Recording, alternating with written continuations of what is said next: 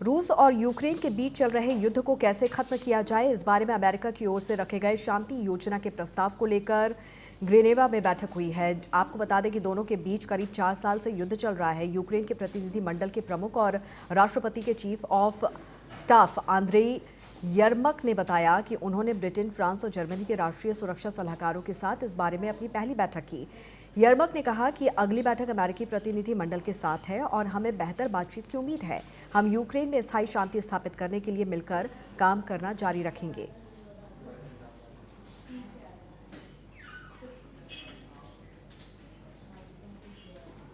Israel ने रविवार को लेबनान की राजधानी बेरूत के दक्षिणी इलाके दहिए में बड़ा हवाई हमला कर दिया है। इजरायल रक्षा बलों का दावा है कि इस स्ट्राइक में हिजबुल्लाह के chief of staff Haytham Ali Tabatabai मारा गया है और हालांकि हिजबुल्लाह की ओर से अभी इसकी पुष्टि नहीं की गई है। हमला इतना तेज था कि धमाके के बाद लोग इमारतों से बाहर निकलकर भागने लगे और पूरे इलाके में हड़कंप मच गया।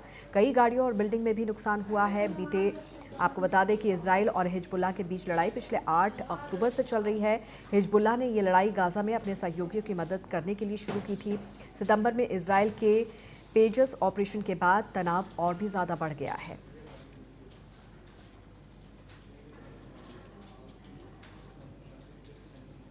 देश की राजधानी दिल्ली में हवा जहरीली हो चुकी है। केंद्रीय प्रदूषण नियंत्रण बोर्ड यानी कि सीपीसीबी के आंकड़ों के मुताबिक वायु गुणवत्ता बहुत ज़्यादा खराब श्रेणी में आ गई है और AQI 391 दर्ज किया गया है। सीपीसीबी के समीर ऐप के अनुसार दिल्ली के 19 निगरानी केंद्रों में वायु गुणवत्ता गंभीर श्रेणी में दर्ज की गई है, जबकि शेष 19 केंद्रों में AQI 300 दर्ज किया गया है, जो कि बहुत खराब श्रेणी में आता है। दिल्ली के लिए एयर क्वालिटी बुलेटिन के अनुसार सोमवार से बुधवार तक दिल्ली की वायु गुणवत्ता बहुत खराब श्रेणी में बनी रह सकती है।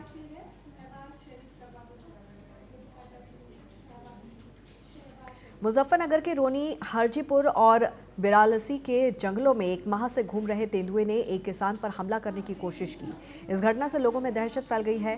भाकियू नेता विकास शर्मा ने अधिकारियों को सूचना देकर डीएफओ ऑफिस पर तालाबंदी की चेतावनी दी है। इसके बाद डीएफओ राजीव कुमार रेंजर और पूरी टीम के साथ मौके पर पहुंचे। तेंदुए के पैरों के निशान चिन्हित किए गए और गन्ने के खेत में पिंजरा लगाया गया। तलाश अभियान के दौरान बड़ी संख्या में ग्रामीण भी मौके पर मौजूद रहे।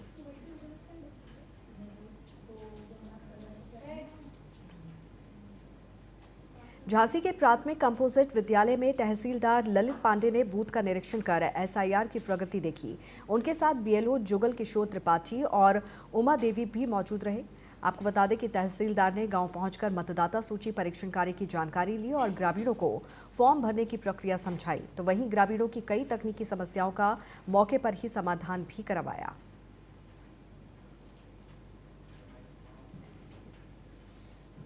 उत्तराखंड में धामी सरकार का अवैध अतिक्रमण के खिलाफ बुलडोजर एक्शन लगातार जारी है। इस दौरान विकासनगर तहसील प्रशासन ने 6 ग्रामीण इलाकों में चिन्हित 111 अवैध कब्जों पर कार्रवाई की है। सरकारी जमीनों पर बनाए गए वकीलों के चैम्बर, अस्थायी निर्माण और अवैध मकानों को ढाया गया।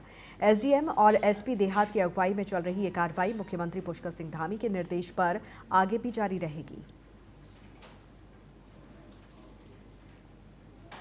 2027 अर्धकुंभ से पहले अखाड़ा परिषद के अस्तित्व को लेकर विवाद बढ़ गया है। बड़ा अखाड़ा के महामंडलेश्वर स्वामी रूपेंद्र प्रकाश द्वारा परिषद पर सवाल उठाए जाने के बाद अध्यक्ष महंत रविंद्र पुरी ने पलटवार किया। उन्होंने आरोप लगाया कि रूपेंद्र प्रकाश गलत बयानबाजी कर कुंभ को बदनाम कर रहे हैं, जबकि बयान देने का अधिकार केवल अखाड़ों के सचिवों को है।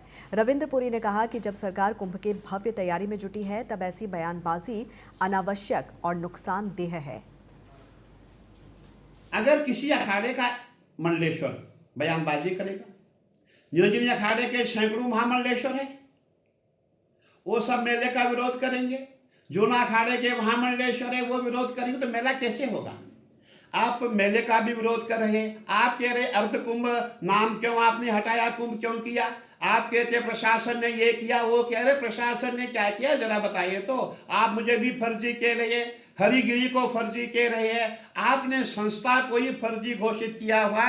रूपेंद्र प्रकाश जी महाराज, आप बहुत अच्छे संत हैं, आप जबरदस्ती विवादों में ना आए, मैं आपको निवेदन करना चाहूँ। अगर रूपेंद्र प्रकाश जी को कोई दिक्कत है, सरकार से दिक्कत है, मुझसे दिक्कत है, किसी से कोई दिक्कत है, ये बात आप अपने अखाड़े में रखें। और आपका जो सचिव अखाड़े का सचिव होगा वही जो है इस बात को जो है आगे सरकार को देगा, हमें बताएगा। परंपरा ये है।